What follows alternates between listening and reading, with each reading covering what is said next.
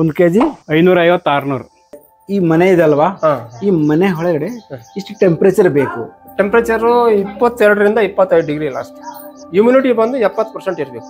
ಇದು ನೋಡಿ, ಇದು ಈ ಹುಳ ಎಲ್ಲ ಚೆನ್ನಾಗಿದೆ ನೋಡಿ, ಇದು ಚೆನ್ನಾಗಿಲ್ಲ, ಇದು ಕಟಾಲ. ಇದು ಏನ್ ಗೊತ್ತಾಗುತ್ತೆ ಚೆನ್ನಾಗಿ? ಗೂಡು ಹಣ್ಣ ಆಗಲ್ಲ ನೋಡಿ. ಇದು ಈ ಹುಳು ವ್ಯತ್ಯಾಸ ಗೊತ್ತಾಯ್ತಾ?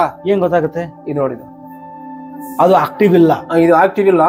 ಇದ್ರಲ್ಲೆಲ್ಲ ಫುಲ್ ಹಾಲು ತುಂಬಿದೆ, ಅಂದ್ರೆ ಅದರಿಂದ ಏನೋ ಒಂಥರ ಕ್ಯೂ ಟೈಪು. ಸರ್ ನಮಸ್ಕಾರ. ನಮಸ್ತೆ, ನಮ್ಮ ಹೆಸರು ಮುನಿರೆಡ್ಡಿ ಅಂತ. ಓಕೆ. ಮಳ್ಳೂರು ಗ್ರಾಮ, ಶಿಡ್ಲಘಟ್ಟ ತಾಲೂಕು, ಚಿಕ್ಕಬಳ್ಳಾಪುರ ಜಿಲ್ಲೆ, ಕರ್ನಾಟಕ. ಓಕೆ. ಈ ರೇಷ್ಮೆ ಬೆಳೆ ನೀವು ಎಷ್ಟು ವರ್ಷದಿಂದ ಮಾಡ್ತಾ ಇದ್ದೀರಾ? ನಾವು ನಮ್ಮ 200 ವರ್ಷದಿಂದ ಬರ್ತಾ ಇದೀವಿ. ಓಕೆ. ನಾವು ಹುಟ್ಟಿದಾನಿಂದ ಮಾಡ್ತಾ ಇದೀವಿ. ಓಕೆ. ನಮ್ ಚಿಕ್ಕವರಿಂದ ಚಿಕ್ಕ ವಯಸ್ಸಿಂದ ಮಾಡ್ತಾ ಇದ್ದೀವಿ. ಓಕೆ. ಈ ಚಿಕ್ಕ ವಯಸ್ಸಿಂದ ಮಾಡ್ತಾ ಇದ್ದೀರಾ ಅಂದ್ರೆ ನೀವು ಆಕ್ಚುಲಿ ಈ ರೇಷ್ಮೆ ಬೆಳೆ ಸ್ಟಾರ್ಟಿಂಗ್ ಅಲ್ಲಿ ಯಾವ ತರ ಸ್ಟಾರ್ಟ್ ಮಾಡ್ಬೋದು? ಬೇರೆ ಜನಗಳು ಮಾಡ್ಬೇಕು ಅಂದ್ರೆ ಯಾವ ತರ ಸ್ಟಾರ್ಟ್ ಮಾಡ್ಬೇಕು? ಫಸ್ಟ್ ನಮ್ಗ ನೀರಾವರಿ ಸೊಪ್ಪು ಬೇಕು. ಓಕೆ. ಸೊಪ್ಪು ಅಂದ್ರೆ ಮಲ್ಬರಿ ಸೊಪ್ಪು. ಮಲ್ಬರಿ ಸೊಪ್ಪು ಬೇಕು. ಸೊಪ್ಪು ಬೇಕಾದ್ರೆ ತೋಟ ಗಾರ್ಡನ್ ರೆಡಿ ಮಾಡ್ಕೋಬೇಕು. ಓಕೆ. ಗಾರ್ಡನ್ ರೆಡಿ ಮಾಡ್ಕೊಂಡು ಸೊಪ್ಪು ಬೆಳೆದು ಅಲ್ಲಿಂದ ನಾವು ರೇಷ್ಮೆ ಮನೆ ಬೇಕು. ಮನೆಯಿಂದ ನಾವು ಹುಳ ತಂದು ಆ ಹುಳನ ಒಂದೊಂದು ಫಸ್ಟ್ ಹುಳ ಚಾಕಿ ನಾವು ಬೇರೆ ಕಡೆ ನಾವೇ ತಂದು ಮುಂಚೆ ಎಲ್ಲ ಮಾಡ್ಯಾರಿ. ಚಾಕಿ ಮಾಡ್ಬೇಕಾಗಿದ್ರೆ 100 ಮೊಟ್ಟೆ ಮಾಡ್ಬೇಕಾಗಿದ್ರೆ ಚಿಕ್ಕದಾಗಿರುತ್ತೆ, ಅದೆಲ್ಲ ಮಾಡೋದು ಕಷ್ಟ ಅಂತ ಹೇಳ್ಬಿಟ್ಟು ಈಗೆಲ್ಲ ಡೊಮೆಸ್ಟಿಕ್ ಏನಂತಂದ್ರೆ ಕಮರ್ಷಿಯಲ್ ಆಗ್ಬಿಟ್ಟಿದೆ. ಒಬ್ರು ಬೇರೆಯವ್ರು ಕೊಡ್ತಾರೆ, ನಾವು 2ನೇ ಜ್ವರ ತಂದು 2ನೇ ಜ್ವರದಿಂದ ನಾವು ಸಾಕ್ತಿವಿ. ಸಾಕಿದ್ದು ಅದನ್ನ 5ನೇ ಹಂತವರೆಗೂ ಸಾಕಿ ಗೂಡು ಮಾಡ್ಬೇಕು. ಗೂಡು ಮಾಡ್ಬೇಕಾಗಿದ್ರೆ ಇದ್ರಲ್ಲಿ ಹಲವಾರು ತೊಂದರೆಗಳಿದೆ. ರೋಗ ಬರುತ್ತೆ, ಬಿಸಿ ಜಾಸ್ತಿ ಆದ್ರೆ ತೊಂದರೆ ಆಗುತ್ತೆ. ಅವೆಲ್ಲ ಅನುಭವಿಸಿ ಆಮೇಲೆ ಲಾಸ್ಟ್ ಸ್ಟೇಜ್ಗೆ ಹಣ್ಣು ಆದ್ಮೇಲೆ ಗೂಡು ಕಟ್ಟುತ್ತೆ. ಇದು ಮನೆ ಇದೆ ಅಲ್ವಾ, ಎಷ್ಟು ಫೀಟ್ ಬೈ ಎಷ್ಟು ಫೀಟ್ ಇದೆ? ಇದು 25-40 ಉದ್ದ. 22 by 40 feet. 40 feet. ಓಕೆ. ಇಷ್ಟದಲ್ಲಿ ಎಷ್ಟು ಬೇಡ ಆಗುತ್ತೆ? ಇದರಲ್ಲಿ ಒಂದು 100 ಲೈನ್ಸ್. 100 ಲೈನ್ಸ್ ಆಗುತ್ತೆ. 100 ಲೈನ್ ಆದ್ರೆ ಲೈನ್ಸ್ 100 ಮೊಟ್ಟೆ ಅಂತ. 100 ಮೊಟ್ಟೆ. अच्छा, ये 20 feet by 40 ಅಲ್ಲಿ 100 ಮೊಟ್ಟೆ ಆಗುತ್ತೆ. 100 ಮೊಟ್ಟೆ ಮೇಯಿಸಬಹುದು. ಓಕೆ. ನಾವು ಸಾಕಾಣಿಕೆ ಮಾಡಬಹುದು. ಸಾಕಿ ಮಾಡಬಹುದು. 100ರಿಂದ ಜಾಸ್ತಿ ಆಗಲ್ಲ ಅಲ್ವಾ? ಜಾಸ್ತಿ ಆಗುತ್ತೆ, ಸ್ಪೇಸಿಂಗ್ ಜಾಸ್ತಿ ಬೇಕು. ಸ್ಪೇಸ್ ಜಾಸ್ತಿ ಬೇಕು. ಓಕೆ. 100 ಮೊಟ್ಟೆಗೆ ಎಷ್ಟು ಜಾಗ ಬೇಕು? 40 ಅಡಿ, ಒಂದು 600 ಚದರ ಬೇಕು. 600 ಚದರ ಅಡಿ. ಅಂದ್ರೆ ಸ್ಕ್ವೇರ್ ಫೀಟ್ಸ್. ಸ್ಕ್ವೇರ್ ಫೀಟ್ ಅದು ಬೇಕು ಜಾಗ. ओके. रेशमी की अगर खेती आप करेंगे तो इसमें 100 जो अंडे होते हैं ये रेशमी का, उसके लिए पर्याप्त जो जगह है, 100 अंडे के लिए जो पर्याप्त जगह है कम से कम 20 feet बाय 40 स्क्वायर फुट का घर होना चाहिए. तो इसके लिए हम सफिशिएंट उनको रखने का जो सुविधा है, ये जो बेड बनाया है, इस बेड में 100 अंडे को स्टेप बाय स्टेप हम उनको ग्रोथिंग होने में मदद कर सकते हैं. ಓಕೆ. ಸ್ಟಾರ್ಟಿಂಗ್ ಅಲ್ಲಿ ಯಾವ ತರ ಮಾಡಬೇಕು ಇದನ್ನ ನಾವು? ಸ್ಟಾರ್ಟಿಂಗ್ ಅಲ್ಲಿ ಅಂತಂದ್ರೆ ನೋಡಿ, ಸ್ಟಾರ್ಟಿಂಗ್ ತಂದಾಗ ಟೋಟಲ್ ಎಷ್ಟು ಸ್ಟೇಜ್ ಇರುತ್ತೆ? 5 ಸ್ಟೇಜ್ ಇರುತ್ತೆ. ಫಸ್ಟ್ ಸ್ಟೇಜ್ ಗ ನಮ್ ಕಣ್ಣಿಗೆ ಕಾಣಲ್ಲ ಹುಳ. ಓಕೆ. ಸ್ವಲ್ಪ ಇರುತ್ತೆ, ಚಿಕ್ಕ ಇರುತ್ತೆ. ಚಿಕ್ಕದಂದ್ರೆ ನಾವು ಇಷ್ಟು ಹುಳನು ನೋಡಿ ಈ ಸೈಜ್ ಅಲ್ಲಿ ಇರುತ್ತೆ. ಒಂದು ಇಷ್ಟು ಅಗಲ, ಇಷ್ಟುದ್ದ, ಒಂದು 5 ಬೇಸ್, ಚಿಕ್ಕದು ಒಂದು ಮೊಟ್ಟೆ. ಓಕೆ. ಅದನ್ನ ಚಾಕಿ ಮಾಡಿ ಸಣ್ಣದಾಗಿ ಚಿಕ್ಕದಾಗಿ ಸೊಪ್ಪೆಲ್ಲ ಸಣ್ಣ ಕತ್ತರಿಸಿ ಅದಕ್ಕೆ ಕೊಟ್ಟು ಅದೇ ಬೆಳೀತಾ ಸ್ಟೇಜ್ ಜಾಗ ಹಿಗ್ಗಿಸ್ತಾ ಹೋಗ್ಬೇಕು. ಅದು ಸ್ಪೇಸಿಂಗ್ ಕೊಡ್ತಾ ಬರ್ಬೇಕು. ಓಕೆ. ಸ್ಪೇಸಿಂಗ್ ಕೊಟ್ಟಂಗೆಲ್ಲ ಅದು ಬರ್ತಾ ಜಾಸ್ತಿ ಆಗುತ್ತೆ. ಓಕೆ. ಆವಾಗ ಈ ಮನೆ ಎಲ್ಲ ಪೂರ್ತಿ ತುಂಬುತ್ತೆ. ಓಕೆ. ಪ್ರತಿ ಸ್ಟೇಜ್ಗೂ ಒಂದೊಂದು ಸ್ಟೆಪ್ ಜಾಸ್ತಿ ಮಾಡ್ಕೋಬೇಕು. ಫಸ್ಟ್ ಸ್ಟೇಜ್ ಅಲ್ಲಿ ಎಷ್ಟು ಜಾಗ ಬೇಕು? ಈಗ ನಾವು ಫಸ್ಟ್ ಸ್ಟೇಜ್ ಅಲ್ಲಿ 10 ಅಡಿ ಜಾಗ ಇತ್ತಂತ ಇಟ್ಕ, 10 feet, 10 feet ಅಲ್ಲಿ ಹುಳ ಇದೆ ಅಂತ ಇಟ್ಕ. ಸೆಕೆಂಡ್ ಸ್ಟೇಜ್ ಬರೋರಿಗೆ ಅದಕ್ಕೆ 40 ಅಡಿ ಜಾಗ ಬೇಕು.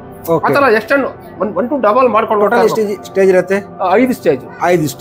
ಫಸ್ಟ್ ಸ್ಟೇಜ್ ಅಲ್ಲಿ ಏನ್ ಮಾಡಬೇಕು? ಫಸ್ಟ್ ಸ್ಟೇಜ್ ಅಲ್ಲಿ ನಾವು ಅದು ಚಾಕಿ, ನಾವು ಬೇರೆ ಕಡೆಯಿಂದ ಚಾಕಿ ಮಾಡ್ತಿರಲ್ಲ ಮೊಟ್ಟೆಯಿಂದ, ಅದನ್ನ ಸೊಪ್ಪು ಕೊಟ್ಟು ಅದನ್ನ ನಾವು ಪೇಪರ್ ಹಾಕಿ ಅದನ್ನ ದಿನ ಕೊಡ್ತಾ ಇರ್ಬೇಕು. 3 ಟೈಮ್ ಸೊಪ್ಪು ಕೊಡ್ಬೇಕು. ಡೈಲಿ ಕೊಡ್ಬೇಕು. ಎಷ್ಟು ದಿನ ಆದ್ಮೇಲೆ ಕೊಡ್ಬೇಕು? ಡೈಲಿ ಕೊಡ್ಬೇಕು. ಜ್ವರಕ್ಕೆ ಹೋದಲ್ಲಿ ಇಲ್ಲ. ಜ್ವರಕ್ಕೆ ಯಾವಾಗ ಬರುತ್ತೆ? ಅದು ಜ್ವರಕ್ಕೆ ಬರ್ಬೇಕಾದ್ರೆ ನಾವು ಫಸ್ಟ್ ಚಾಕಿ ಆದ್ಮೇಲೆ 4 ದಿವಸಕ್ಕೆ ಜ್ವರಕ್ಕೆ ಬರುತ್ತೆ. ಓಕೆ. 4ನೇ ಜ್ವರ ಅದು.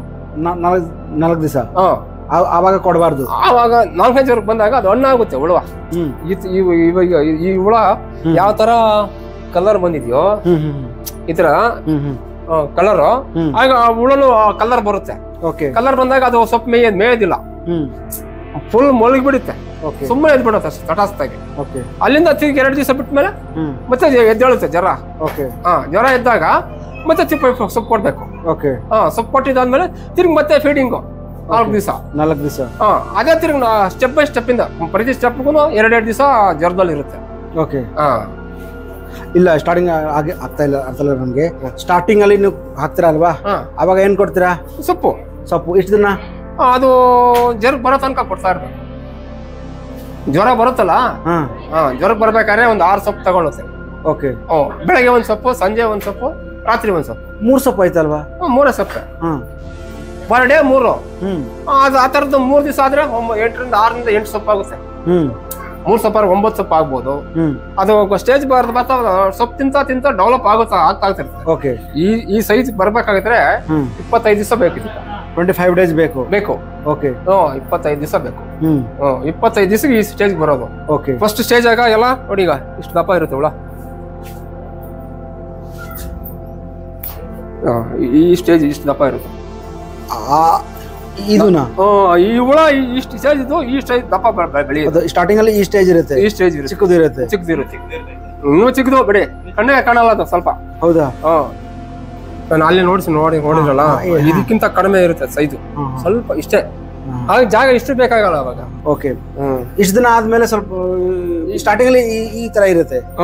ಅದೇ ಇದು 25 ದಿನ ಯಾವ ಡ್ಯೂರೇಷನ್ ಇರುತ್ತೋ ಬೆಳೀತಾ ಬರ್ತಾ ಇರ್ತದೆ. ಸ್ವಲ್ಪ ತಿಂದಂಗೆಲ್ಲ ಬೆಳೀತಾ ಇರ್ತದ, ದಿನ ಓದಂಗೆಲ್ಲ ಬೆಳೀತಾ ಇರ್ತದೆ. ಅರ್ಥ ಆಯ್ತು ಸರ್. ಈ ಮನೆ ಇದಲ್ವಾ, ಈ ಮನೆ ಒಳಗಡೆ ಇಷ್ಟು ಟೆಂಪರೇಚರ್ ಬೇಕು? ಟೆಂಪರೇಚರ್ 22 ರಿಂದ 25 ಡಿಗ್ರಿ ಲಾಸ್ಟ್.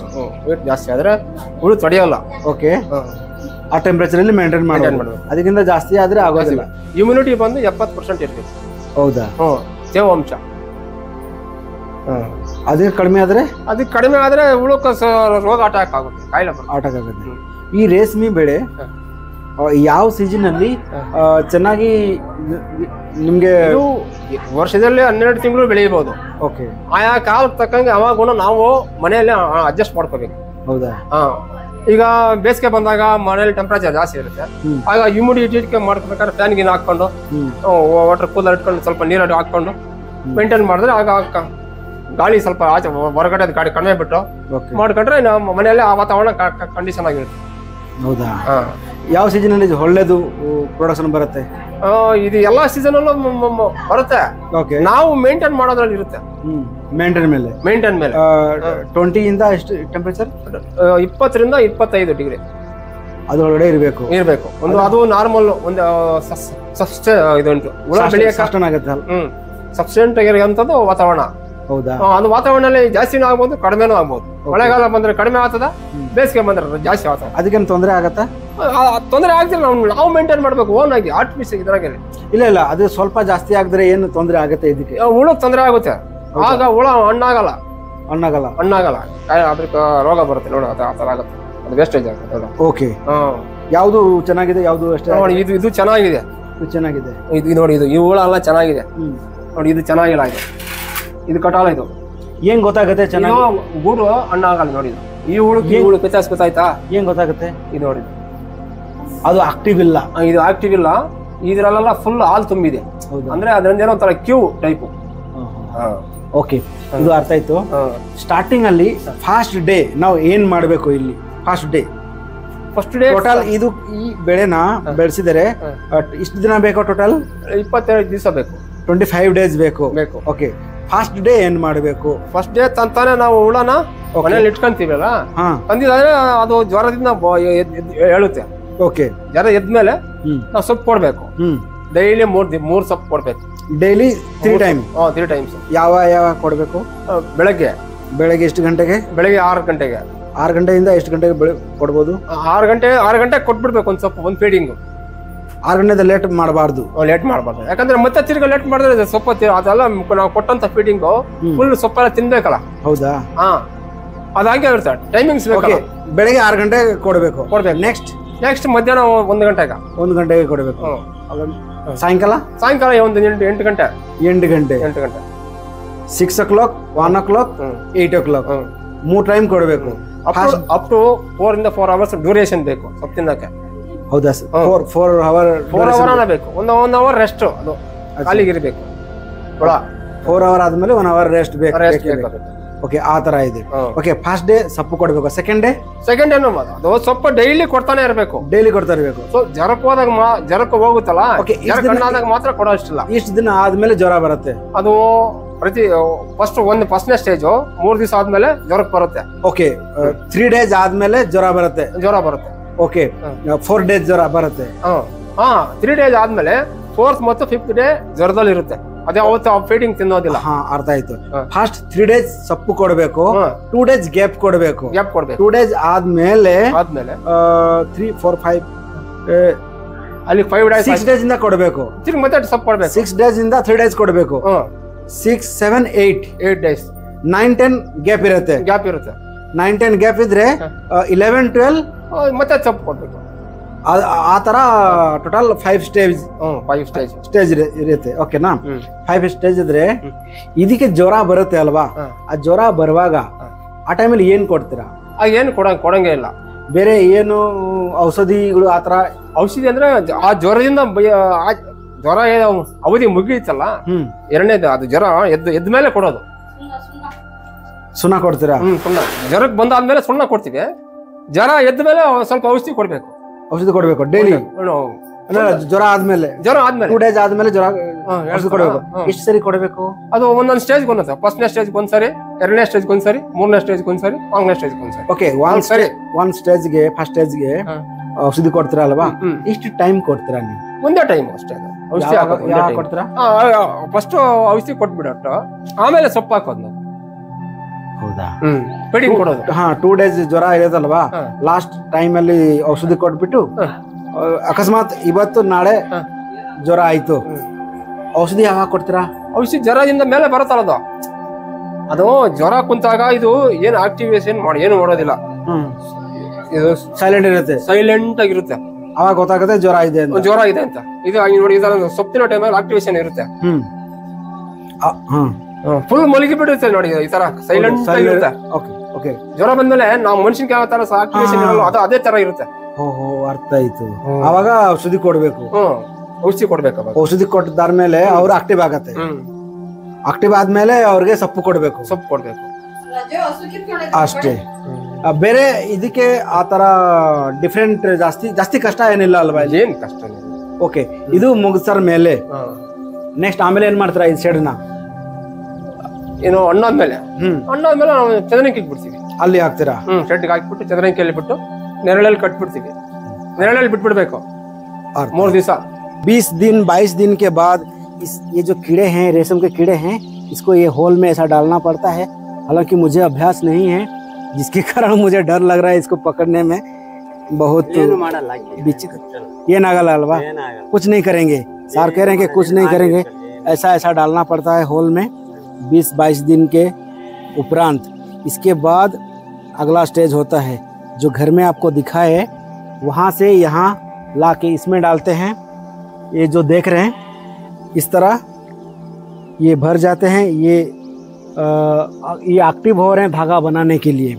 इसके उपरांत धागा बन जाएगा. सर ये कितना दिन हो गया? इस दिन आगे ಇದು ಇದರಿಗೆ 5 ದಿವಸ. 5 ದಿವಸ ಹಣ್ಣಾಗದ್ಮೇಲೆ 5 ದಿವಸಕ್ಕೆ ಮಾರ್ಕೆಟ್ಗೆ ಹೋಗೋದು. 5 ದಿವಸ ಆದ್ಮೇಲೆ ಮಾರ್ಕೆಟ್ಗೆ ಹೋಗೋದು. ಹುಳನ ಚಾಯ್ಕೆನಿಂದಾನ 20 ದಿವಸ ಆಗಿದೆ. 20 ದಿವಸ ಆಗಿದೆ. 20 days ಆಗಿದೆ. 25 ದಿವಸಕ್ಕೆ ಹಣ್ಣಾಗುತ್ತೆ. ಹೌದಾ? ಆಮೇಲೆ 5 ದಿವಸ ಮಾರ್ಕೆಟ್. 5 ದಿವಸ ಮಾರ್ಕೆಟ್. अच्छा, निकाल के 3 ದಿವಸ ಆದ್ಮೇಲೆ 3 days के बाद उसको निकालना पड़ता है. ये पर केजी कितना रेट है? प्राइस